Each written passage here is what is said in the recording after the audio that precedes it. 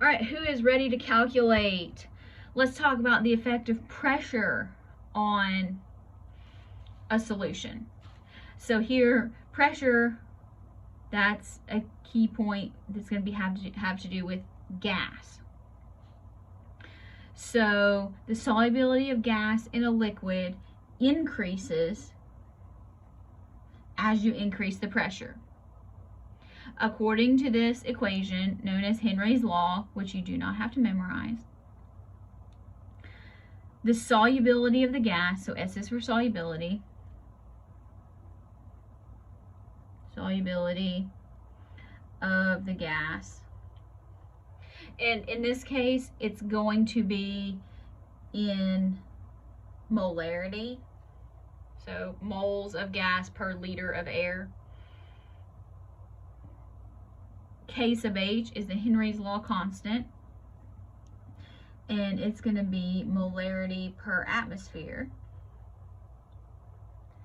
And then the pressure of the gas, P gas, is the pressure of the gas, and it's going to be in atmospheres.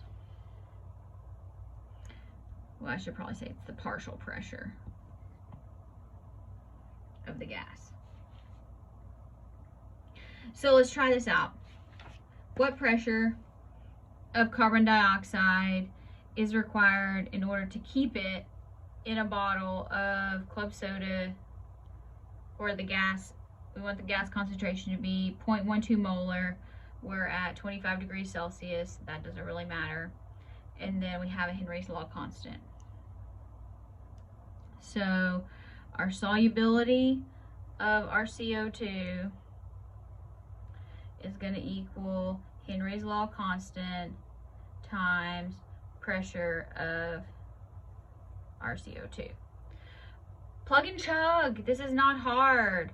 Solubility 0.12 molar. K sub H 3.4 times 10 to the negative 2 molarity per atmosphere times partial pressure of our CO2. Well, this isn't hard, is it? No, we just need to divide a little bit. So let's divide 0.12 divided by 3.4 times 10 to the negative 2. So we're going to need to keep that. P pressure of CO2 needs to be at 3.53 atmospheres. So this is a higher pressure. This is why when you open a carbonated beverage, it hisses, because you're releasing pressure.